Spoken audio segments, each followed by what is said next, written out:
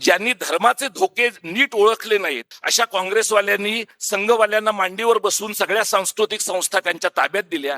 हे सगळे लोक 2014च्या स्वातंत्र्यापूर्वी सेक्युलर होते, 2014च्या स्वातंत्र्यानंतर ते हिंदू धर्माभिमानी आहेत। हे लोक इतक्या तातडीने रंग बदलतील आणि सरड्यांना लाज आणतील हे जर तुम्हाला कळलं नसेल तर तुम्ही राजकारण करण्याच्या लायकीचे लोक नाहीये। तुम्ही मराठी आणि ब्राह्मण असाल तरच तुम्ही विकले जाल असं नाहीये। तुम्ही ओबीसी असाल तरी विकले जाऊ शकतात, तुम्ही मातंगांपैकी असाल तरी विकले जाऊ शकता, कारण संघाकडे प्रत्येकाला विकत घेण्याच्या किमतींचं शेड्यूल। तुम्हाला काय पद्धतीने त्यांनी विकत घ्यायचं हे नीट ठरलंय, याचं कारण ते 100 वर्ष थांबलेले आहे, ते पुढची 100 वर्ष राज्य करण्यासाठी थांबलेले आहे। त्यामुळे त्यांची 100 वर्षाची राजवट सप्टेंबर मध्ये एक दाढीवाला माणूस 75 वर्षाचा होतो म्हणून संपेल असं कृपया समजू नका। मराठीच्या सांस्कृतिक लढ्यामध्ये उतरणं म्हणजे जे बलाढ्य आहेत त्या बलाढ्य माणसांशी शत्रुत्व घेणं। म्हणजे तुम्हाला अदानी, अंबानी आणि लोढाच्या लँड पार्सल बद्दल बोलायचं नाही आणि मराठी माणसाच्या जागा जातात हे बोलायचं, हे शक्य होणार नाही। आणि अदानी अंबानीशी बोलायचं तर त्यांच्या दिल्लीतल्या आणि महाराष्ट्रातल्या नोकरांच्या बद्दल बोलायचं नाही, हे पण चालणार नाही। त्यामुळे इथली जी भांडवलदारी आहे, इथला जो क्रोनी कॅपिटलिझम आहे, इथल्या क्रोनी कॅपिटलिझमचे लाभार्थी मग ते IAS असतील, IPS असतील किंवा राजकीय पक्षांचे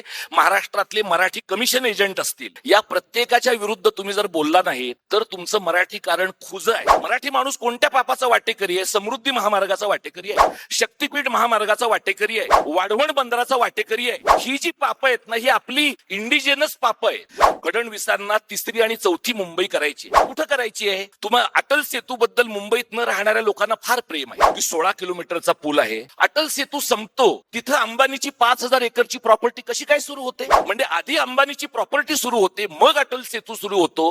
हे तुम्हाला कळलं नाही तर तुम्हाला महाराष्ट्राचं राजकीय अर्थकारण कळत। तू काय करतोस पत्रकार म्हणून? तू MMRDAच्या बातम्या कटपेस्ट करून तिथं वापरतोस, त्यांचं प्रेस रिलीज कटपेस्ट करून वापरतोस, कारण दिवाळीला गिफ्ट येतं ना MMRDAचं, दिवाळीला गिफ्ट येतं नगर विकास खात्याचं। तुमच्या नगर विकास खात्याच्या, गृहनिर्माण खात्याच्या, ऊर्जा विभागाच्या, MMRDAच्या आणि वॉर रूम चालवणाऱ्या मोपलवारकडनं येणाऱ्या तुम्हाला जर भेटी टाळता येणार नसतील तर तुम्ही स्वतःला मराठी आडनावाचे लोक समजण्याचं काही कारण नाही। आमच्या आंदोलनामुळे 2 भाऊ एकत्र आले असं एक श्रेय सुद्धा परस्पर आम्हाला देऊन टाकण्यात आलेलं आहे। आम्हाला ते करायचं होतं की नाही याच्याबद्दल अजूनही माझ्या मनामध्ये शंका आहे, पण बरेचदा नियतीच्या आपल्या आवाक्याच्या बाहेर असलेल्या काही गोष्टी चळवळीमध्ये घडतात। आणि माझं असं म्हणणं आहे की भाऊ एकत्र येतात का चुलते पुतणे एकत्र येतात याच्यापेक्षा एकत्र आल्यानंतर त्यांची निष्ठा महाराष्ट्र धर्मावर आहे का नाही हा प्रश्न आपण विचारला पाहिजे। हा प्रश्न जर आपण विचारला नाही तर आपल्या सगळ्या परिषदांना, आपल्या सगळ्या आंदोलनाच्या कार्यक्रमांना बौद्धिकाची पातळी, मी तुम्हाला बौद्धिक काय पातळीचं घडतं तुम्हाला माहिती आहे, ते एक प्रकारचं निष्काम कर्मयोग आहे। बौद्धिकातनं काही घडत नाही, बौद्धिकातनं फक्त निर्बुद्ध जनतेची वाढ होत राहते। आपण जे स्वतःला मराठीवादी मानतो, आपण जे स्वतःला लेफ्ट लिबरल मानतो आणि थोड्याच दिवसांनी आपल्याला ज्यांना अर्बन नक्षलवादी सुद्धा मानलं जाणार आहे, हे जे सगळे आपण थोडं डोक्याच्या जागी असलेले लोक आहोत, आपल्यासारख्या लोकांनी विचार केला पाहिजे की 56 साली जर महाराष्ट्र एकत्र आणण्यासाठी लोकांनी SM ना, डांगेंना आपलं नेता मानलं, प्रबोधनकारांना आपला नेता मानलं, तर मधल्या 60-65 वर्षात असं काय घडलंय की मराठी समाजाच्या डोक्यावर परिणाम झालाय? कदाचित आपण मराठी समाजाशी एंगेज करण्याच्या आपल्या पद्धतीकडे पण नव्यानं बघायला पाहिजे। ज्यांनी जात नीट पाहिली नाही त्यांनी जात पाहिली पाहिजे, ज्यांनी धर्माचे धोके नीट ओळखले नाहीत अशा काँग्रेसवाल्यांनी संघवाल्यांना मांडीवर बसून सगळ्या सांस्कृतिक संस्था त्यांच्या ताब्यात दिल्या। हे सगळे लोक 2014च्या स्वातंत्र्यापूर्वी सेक्युलर होते, 2014च्या स्वातंत्र्यानंतर ते हिंदू धर्माभिमानी आहेत। हे लोक इतक्या तातडीने रंग बदलतील आणि सरड्यांना लाज आणतील हे जर तुम्हाला कळलं नसेल तर तुम्ही राजकारण करण्याच्या लायकीचे लोक नाही आहात, हे आपल्याला कळलं पाहिजे। आपल्याला हे एका अर्थाने यांच्या स्वातंत्र्याचं 11वं वर्ष आलंय ते बरं आहे, म्हणजे आपल्याला 13वंही घालण्याची काही काळानंतर आपल्याला सोय निर्माण होईल। ही पुन्हा कॉन्सेप्ट त्यांच्याकडनंच आपण घेतली पाहिजे। त्यांची परिभाषा त्यांच्या विरोधात वापरण्याची ताकद आणि हिम्मत आणि बौद्धिक द्रष्टेपणा हे दाखवण्याचं काम जोपर्यंत आपण करत नाही तोपर्यंत धर्माला छेद देणारं मराठीचं सांस्कृतिक राजकारण आपण उभं करू शकणार नाही। आता इथं संदीप, प्रथमेश, शंतनू या सगळ्या मंडळींनी हा सगळा घाट घातला। 1-2 दिवसानंतर महाराष्ट्र राज्याचा उत्सव झालेला गणेशोत्सव असतानाही आणि पुण्यनगरीमध्ये त्यापेक्षा दुसरं काही पवित्र कार्य उरलेलं नसतानाही 100-150 माणसं तरी या प्रकारचं परिघावरचं काम आपलं मानून इथे येतात. या 100-150 माणसांचा जथ्था 10,000 15,000 माणसांचा होऊ शकतो का? हा माझ्या समोरचा कळीचा प्रश्न आहे. इथं आपण अनेकदा असं म्हणतो, म्हणजे विशेषतः पुरोगामी चळवळीमध्ये असं म्हणण्याची सवय पद्धत आहे आपली, की इथला एक एक माणूस 100-100 माणसांच्या सारखा आहे. याच्यात काही तथ्य नाही. इथला एक एक माणूस एकाच माणसासारखा. तो जर खरंच 100 माणसासारखा असता तर 50 कार्यकर्त्यांच्या बरोबर 5,000 माणसं वेगवेगळ्या ठिकाणी कार्यक्रमाला जाऊ शकली असत. धुळ्यात आम्ही किशोर ढमालेंच्या बरोबर जो कार्यक्रम केला त्यात तिथल्या सगळ्या तालुक्यांमधला अत्यंत समाजाच्या तळच्या घटकातला श्रमिक कार्यकर्ता आला. मला आणि डॉक्टर परबांना असा प्रश्न पडला की आपल्याला जे कळतंय असं आपल्याला वाटतं ते समाजाच्या या घटकापर्यंत पोहोचवण्याचं आपलं ट्रेनिंगच झालेलं नाही. मुंबईत काम केल्यामुळं, पुण्यात काम केल्यामुळं कितीही तुम्ही विद्यापीठीय आणि इथल्या ब्राह्मणी परंपरा बोलताना नाकारल्या तरी आपल्या सिस्टीमचा त्या भाग झालेल्या असतात आणि त्यामुळे तुम्हाला अब्राह्मणी समाजाशी डील कसं करायचं हे करण्यासाठीचं जे ट्रेनिंग आहे ते ट्रेनिंग म्हणजे ह्या चळवळीचा भाग आहे असं मी मानतो. हा जो समाजातला वंचित घटक आहे ज्याचा खरा प्रश्न संध्याकाळी जेवायला मिळेल का नाही हा आहे, त्या माणसाने त्याचा प्राधान्यक्रम आपलं ऐकण्यापुरता बदलून भाषा हा त्या प्राधान्यक्रमात एक भाग आणावा अशी जर आपली अपेक्षा असेल तर माणसांच्या पोटापाण्याचे प्रश्न पण भाषेचं काम करणाऱ्या लोकांनी आपले मानले पाहिजेत. माणसांचं पोट भरलं तर माणसं भाषेबद्दल बोलतील, उपाशी पोटी माणसं भाषेबद्दल बोलणार नाही. काल मी संभाजी ब्रिगेड आणि मराठा महासंघाच्या काही केडरच्या लोकांशी, प्रवीण गायकवाडांच्या मुळे एका त्यांच्या गेट टुगेदर मध्ये बोललो तेव्हा मी त्यांना असं म्हटलं की यशवंतराव चव्हाण आणि शरद पवार हे सत्तेतले तालेवार मराठी तुमचे आदर्श आहेत, पण थोडं मराठा याच आडनावापुरतं तुम्हाला विचार करायचा असेल तरी सुद्धा तुम्हाला भाई उद्धवराव पाटलांचा विचार का करता येऊ नये, तुम्हाला क्रांतिसिंह नाना पाटलांचा विचार का करता येऊ नये. सत्तेच्या सोबत राहूनच बेरजेचं राजकारण करता येतं असं नाही, किंबहुना सत्तेला नडणाऱ्यांना बेरजेचं राजकारण करण्याची जास्त गरज आहे, कारण आमच्याकडे बेरीज करण्याशिवाय दुसरं काही नाहीच आहे. सत्तेतल्या लोकांनी वजाबाकी केली तरी चालणार आहे कारण त्यांची घरं गब्बर झालेली आहे. चळवळीत राहणाऱ्या माणसांना वजाबाकीचं राजकारण करणं या नंतरच्या काळामध्ये परवडणार नाही आणि म्हणून ज्या वेळेला अभ्यंकरांच्या सारखा माणूस अत्यंत शांतपणाने चिकाटीनं काम करून हितेश पोद्दार सारख्या एका नव्या मुलाला सोबत घेऊन आपली पुस्तिका लिहितात. हितेश सारखा मुलगा जो किंग्स कॉलेजमध्ये आहे, शिकतो आहे आणि खरं तर त्याला मराठीमधनं लिहिण्याची अजिबातच गरज नाही, कदाचित मराठीतनं लिहिणं हे त्याच्या उत्कर्षाच्या आडच येण्याची शक्यता आहे, पण तरीही तो मराठी भांडवलाच्या विकासाच्या बद्दल लिहिण्याचा प्रयत्न करतो. मला असं वाटतं अशी तरुण मुलं आणि मुली आपल्याला या चळवळीमध्ये धरून ठेवणं आणि त्या माणसांकडे एका टप्प्याला चळवळीची पार्टनरशिप आणि नेतृत्व सोपवून देणं हे नितांत गरजेचं आहे. आज मी म्हणजे प्रकाश परब नेहमी सांगतात, लोक त्यांना असं म्हणतात की तुमच्या चळवळीत तरुण लोक यायला पाहिजे. ते त्यांना सांगतात की आम्ही जेव्हा चळवळीत आलो तेव्हा तरुणच होतो, पण मधल्या 25 वर्षात चळवळीला यशच न मिळाल्यामुळे चळवळीच्या अपयशाने आणि वाढत्या वयाने आम्ही दुहेरी म्हातारे झालेलो आहोत. त्यामुळे आता जर मराठीचं हे आंदोलन आपल्याला महाराष्ट्राच्या कानाकोपऱ्यात न्यायचं असेल आणि संभाजी भाऊंनी सांगितलं तसं ते जाण्यासाठी आम्ही जिल्ह्याच्या पातळीवर गेलोय, तालुक्याच्या पातळीवर अद्याप गेलेलो नाही आणि तालुक्याच्या पातळीवर गेलं पाहिजे हे मला पूर्ण मान्य आहे. मला औरंगाबादमध्ये आताच्या संभाजीनगरमध्ये झालेल्या एका कार्यक्रमामध्ये एक तरुण मुलगा असं म्हणला की अशा प्रकारच्या कार्यक्रमामध्ये जो क्राऊड येतो आहे तो त्याच्याशी बोलणं म्हणजे कन्व्हर्टिंग द कन्व्हर्ट आहे. ज्यांना आधीच आपलं म्हणणं पटलेलं आहे अशाच माणसांच्या समोर आपण आपलं म्हणणं मांडतोय का ह्याचा पण तुम्ही विचार करा. आणि म्हणून जसे उजव्या विचारांचे लोक गावागावांमध्ये जात आहेत, त्यांच्या बैठका होत आहेत, त्यांचे इतर उपक्रम होत आहेत, त्याच पद्धतीनं सर्वसामान्य माणसाशी एंगेज करण्याचा काही एक मार्ग आपल्यासारख्या चळवळ करणाऱ्या लोकांनी पण शोधला पाहिजे. तुम्ही अभ्यंकरांची पुस्तिका अवश्य घ्यायला पाहिजे असं मी तुम्हाला सांगतो, म्हणजे ते माझे मित्र आहेत आणि मित्राचं प्रमोशन करणं ही माझी नैतिक जबाबदारी आहे. हा जरी भाग त्यातला असला तरी त्याच्या पलीकडे जाऊन तुम्ही एक पहा की दीर्घ काळानंतर डाव्या पक्षांनी महाराष्ट्रातल्या संयुक्त महाराष्ट्राची बॅटन जिथे सोडली होती तिथून त्यांनी 2025 मध्ये ती बॅटन जर पुन्हा हातात घेतली आहे तर यानंतरच्या काळातलं महाराष्ट्र कारण जर तुम्हाला 2 ठाकरेंच्या राजकारणाच्या पलीकडे जाणारा हवं असेल, 2 पवारांच्या राजकारणाच्या पलीकडे जाणारा हवा असेल आणि ते तसं झालं तरच टिकणार आहे. जर ते 2 पवार आणि 2 ठाकरेंच्या पुरतं मर्यादित राहिलं तर ते महापालिकेच्या निवडणुकीनंतर एक संपेल आणि चुकून जर हे सरकार पुढे मागे पडलंच तर महाराष्ट्रातल्या विधानसभेच्या निवडणुकीच्या वेळेला दुसरा भाग त्यातला निकामी होईल. नवं नवसंस्कृतीकरण, नवपर्यायी राजकारण जुन्या माणसांच्या कुबड्यांवर चालत नाही, जुन्या विचारांच्या लोकांच्या कुबड्यांवर चालत नाही. जो काही विचार आहे, कच्चा विचार असेल, जो काही विचार आहे थोडा पूर्ण न पिकलेला विचार असेल, पण नव्या माणसांनी जुन्या माणसांना सोबत घेऊन पण नव्या काळाशी सुसंगत अशा प्रकारचा विचार आपण मांडला पाहिजे. हा विचार जो महाराष्ट्र कारणाचा आहे, मराठी धर्माचा आहे, हा विचार अधिकाधिक लोकांच्या पर्यंत जावा हे जितकं महत्वाचं आहे, तितकंच महत्वाची मला ही गोष्ट वाटते की कार्यकर्ते निर्माण होणं, विचार करणाऱ्या लोकांच्या फौजा निर्माण होणं आणि या सगळ्या चळवळी होणं, त्याचं एनजीओ करण झालं की त्याचा बाजार उठणार आहे. तुम्ही लक्षात घ्या की आपल्याकडे गेल्या 25-30 वर्षामध्ये MSW झालेले लोक खोऱ्यानं वाढलेले आहेत. त्यांचे फंडिंग एजन्सीचे रिपोर्ट अगदी चकचकीत गुळगुळीत कागदावर आहेत. पण हे लोक आणि नव भांडवलदारीचे समर्थक यांच्यामध्ये फक्त गळ्यातल्या बिल्ल्याचा फरक आहे, बाकी काही फरक नाही. त्यामुळे रस्त्यावरची चळवळ जेव्हा करायची आहे त्यावेळेला तुम्ही सरकारमधल्या लोकांना जसं म्हणता की एअर कंडिशन खुर्च्यांमधनं शहाणपण शिकवू नका,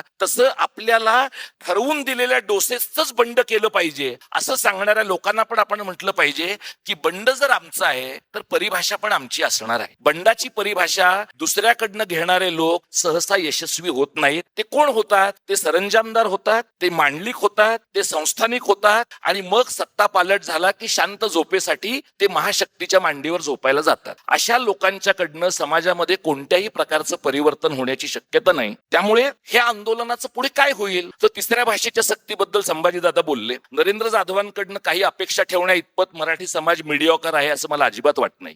पण नरेंद्र जाधवांचे जे बॉस आहेत, नरेंद्र जाधवांचे बॉस जर 6व्या मजल्यावर बसत असतील तर नरेंद्र जाधवांनी फक्त सही करायची आहे, अहवाल कोणीतरी लिहिणार आहे. एका माणसाचा आयोग हा अत्यंत डेंजरस असतो हे कम्युनिस्टांना मी सांगायला नको. महाजन आयोगाने महाराष्ट्राचं जे नुकसान केले ते गेल्या 60 वर्षात महाराष्ट्राला माहिती आहे. त्यामुळे आपण भाबडं राहायचं नाही. नरेंद्र जाधव कितीही हातवारे करून त्यांनी मुलाखती देऊ देत, त्यांचे मालक रेशीम बागेत आहेत आणि त्यांना राज्यसभेवर पुन्हा जायचं असेल किंवा राज्यपाल म्हणून एखाद्या राज्याचा उद्धार करायचा असेल तर त्यांना बाबासाहेबांची गरज काठी म्हणून लागणार आहे. तेवढं त्यांना आपण डिस्क्रेडिट जर वेळेवर करू शकलो नाही आणि आपला माणूस आहे, बहुजनातला आहे, आपल्या जातीतला आहे, आपण कसं बोलून चालेल? आपण तर तो जरी वाट चुकला असला तरी त्याला वाटेवर आणण्याची जबाबदारी आपली आहे. अशा निरर्थक जबाबदाऱ्या अंगावर घेऊन नरेंद्र जाधवांसारख्या माणसाला शहाणं करण्यात उर्वरित आयुष्य कृपया खर्ची घालू नका अशी माझी आपल्याला नम्र विनंती आहे. तुम्ही मराठी आणि ब्राह्मण असाल तरच तुम्ही विकले जाल असं नाहीये.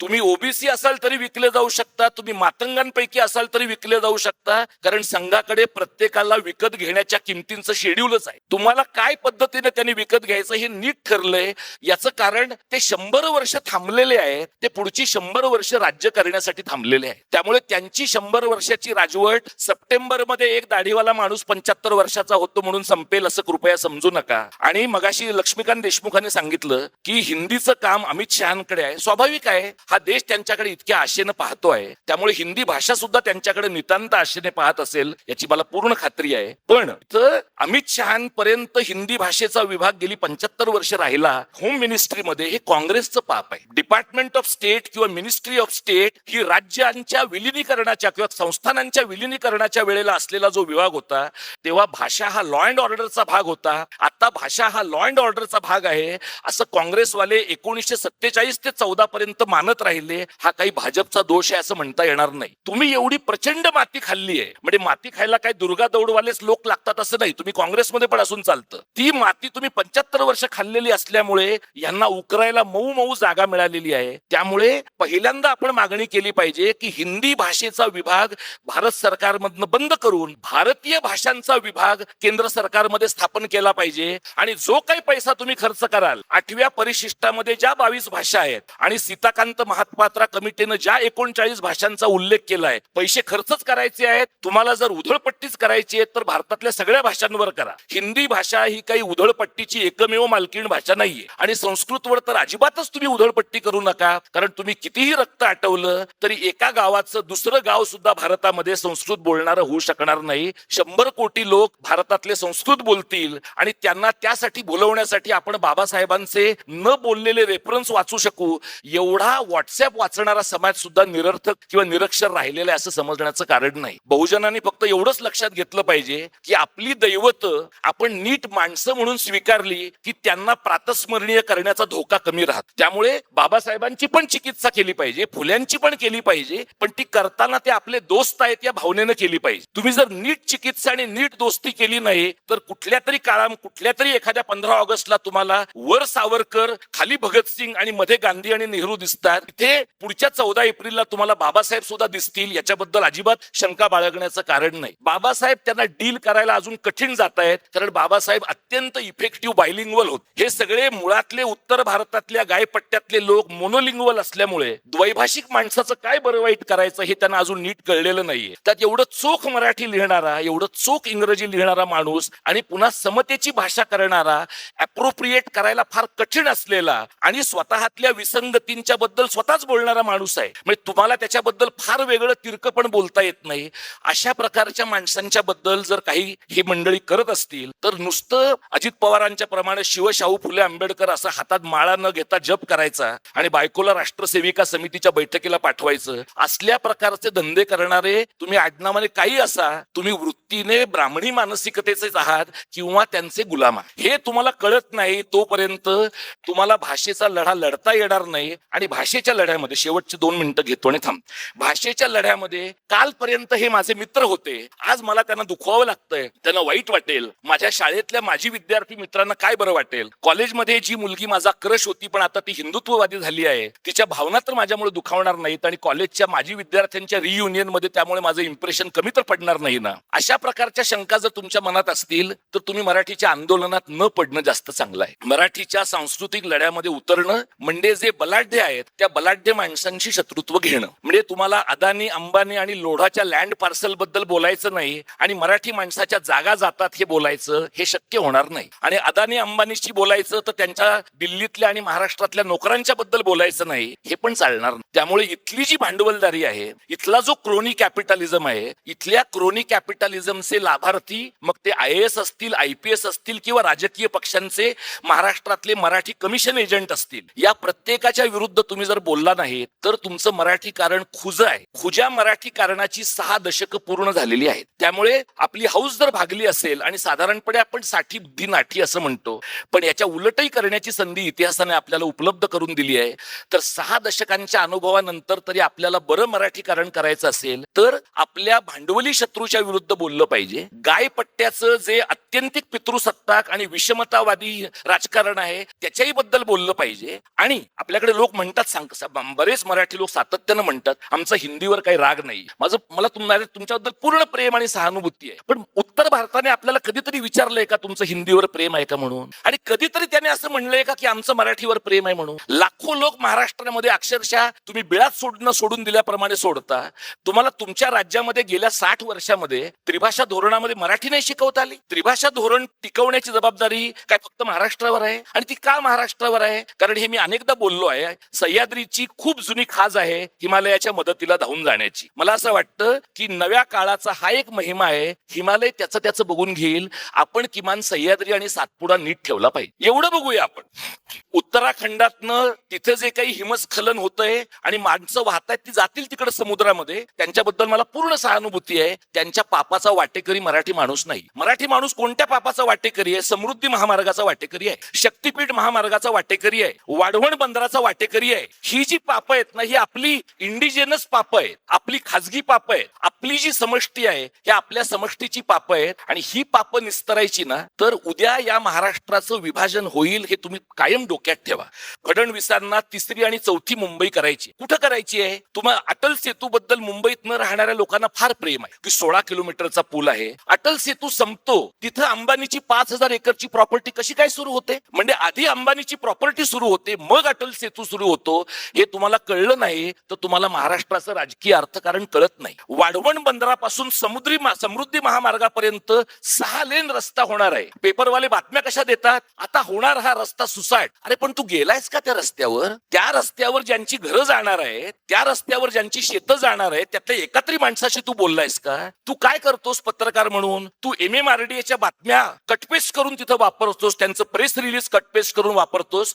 कारण दिवाळीला गिफ्ट येतं ना MMRDAचं, दिवाळीला गिफ्ट येतं नगर विकास खात्याचं. तुमच्या नगर विकास खात्याच्या, गृहनिर्माण खात्याच्या, ऊर्जा विभागाच्या, MMRDAच्या आणि वॉर रूम चालवणाऱ्या मोपलवारकडनं येणाऱ्या तुम्हाला जर भेटी टाळता येणार नसतील तर तुम्ही स्वतःला मराठी आडनावाचे लोक समजण्याचं काही कारण नाही. हा जो लढा आहे ना, हा जीवन मरणाचा लढा आहे. शिवाजी महाराजांच्या मृत्यूनंतर 27 वर्ष मराठी लोक, मराठे हा जातीवाचक नसलेला शब्द आपण तेव्हा शहाणपणाने वापरत होतो, त्यावेळेला जर मराठी नेतृत्वाशिवाय लढले, आज नियतीनं पुन्हा एकदा कुठल्याही नेतृत्वाशिवायच लढण्याची वेळ आपल्यावर आलेली आहे. ही जर संधी आपण गमावली तर महाराष्ट्राचं द्विभाजन किंवा त्रिभाजन दुसऱ्या राज्य पुनर्रचना आयोगाच्या आगेमागे होईल. आणि दुसरंही तुम्ही लक्षात घ्या, हिंदुस्तान वाले जेवढ्या केंद्रीय पद्धतीनं हा सगळा देश आखडून घ्यायला बघतील, तेवढं या देशामध्ये स्वायत्तता आणि राज्यांच्या स्वाभिमानाच्या चळवळी प्रचंड वाढणार आहे. आपण नुसतं तामिळनाडूचं नाव घेऊन उपयोग नाही, थोडी लाजही आपल्याला वाटली पाहिजे की त्यांना द्रविड आयडेंटिटी उभी करता येते, आपल्याला महाराष्ट्र धर्माची आयडेंटिटी का नाही उभी करता येत? आपल्याला महाराष्ट्र धर्माची आयडेंटिटी उभी करण्यापासून मोदी शहाने रोखलंय का? आपल्याला महाराष्ट्र धर्माची आयडेंटिटी करण्यापासून इंदिराबाईंनी रोखलं होतं का? आपल्यात बेसिक प्रॉब्लेम असा आहे की राष्ट्र आणि महाराष्ट्र याच्यात काय निवडायचं ह्याच्यामध्ये आपण डोळे झाकून राष्ट्रच निवडतो आहोत. अरे हे पण राष्ट्रच आहे आणि हे तर महाराष्ट्र आहे, नुसता शब्दांचा खेळ नाही हा. या राज्याच्या बाबतीमध्ये, इथल्या भाषिक समाजाच्या बाबतीमध्ये युरोपातल्या 4-5 देशांच्या पेक्षा जास्त मोठी लोकसंख्या असलेल्या एका भूप्रदेशात आपण राहतो आणि आपल्याला मराठवाड्यात काय घडतं ते कोकणात कळत नाही, कोकणात काय घडते ते विदर्भात माहीत असत नाही. अशा प्रकारचा एक शून्य आयडेंटिटी असलेला समाज गेल्या 65 वर्षात आपण क्रमाक्रमाने निर्माण केलाय. आणि तो निर्माण करण्यामागचं महत्वाचं कारण, आपण भाषा विसरलो, आपण शाळा विसरलो. भाषा, शाळा, संस्कृती आणि आपलं राज्य आणि मराठी माणसांचं हित अहित या एकमेकांमध्ये अभिन्नपणे गुंतलेल्या गोष्टी आहेत. हा एकत्रित विचार करूया आणि लढलं पाहिजे असं मला वाटतं. इथं जी माणसं पुण्यात लढतायत त्यांच्याही मागे तुम्ही उभं राहिलं पाहिजे. आम्ही 4-5 जण तुम्हाला स्टेजवर दिसतो आहोत, पण 4-5 जण जेव्हा स्टेजवर दिसतात तेव्हा 100-500 माणसं मागणं काम करत असतात. अशा प्रकारच्या काम ज्यांचं दिसत नाही, अशा बिनचेहऱ्याच्या माणसांच्या कामाबद्दल किमान समाज माध्यमांच्या काळामध्ये तरी अलर्ट राहूया. संयुक्त महाराष्ट्राच्या लढ्याच्या वेळेला ठीक होतं की लोकांना कळलं नाही कोण माणसं मेली, सर्वसामान्य माणसं कोण गेली. या सर्वसामान्य माणसांना आपण दीर्घकाळ अनामिक ठेवलं, अनॉनिमस ठेवलं, बिनचेहऱ्याचं ठेवलं आणि ते थेटपणाने RSSच्या ट्रॅपमध्ये अडकलेले आहे. RSSच्या ट्रॅपमध्ये माणूस स्वतःहून गेला नाहीये. डाव्या पुरोगामी मंडळींनी, काँग्रेसवाल्यांनी आणि हिंदुत्ववादाच्या मांडीवर जाऊन बसणाऱ्या 2 मराठीवाद्यांनी सुद्धा ठरवून सगळ्यांना RSSच्या मांडीवर नेऊन ढकलून दिलंय. आपणच जर हे केलंय तर आपण तिकडे ढकललेला माणूस परत माघारी आणणं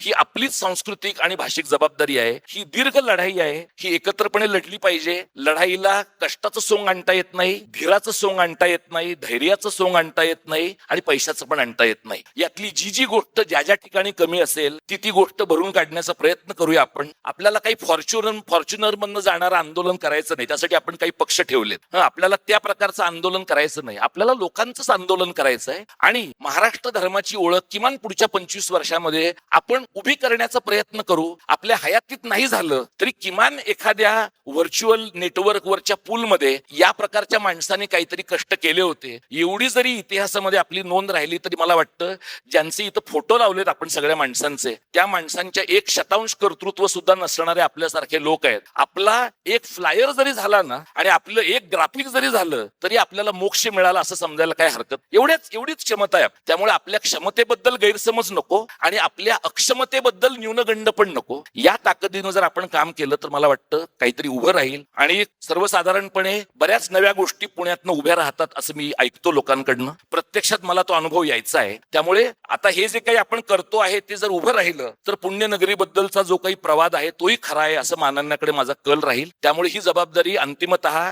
एका बऱ्या कार्यकर्त्याप्रमाणे मी पुण्यातल्या लोकांवर ढकलून मुंबई शहराकडे जाणार आहे. त्यामुळे हे काहीतरी उभं करूया आणि हे उभं राहिलं तर आपल्याला किती आनंद होईल माहिती नाही. आपली पुढची पिढी मराठी राहील, मराठी आडनावाची राहणार नाही. एवढं तरी आपण करूया अशी अपेक्षा बाळगतो आणि तुमच्या जेवणावर एक 20 मिनिटं गदा आणल्याबद्दल मी माफी मागतो. धन्यवाद. जय मराठी, जय महाराष्ट्र.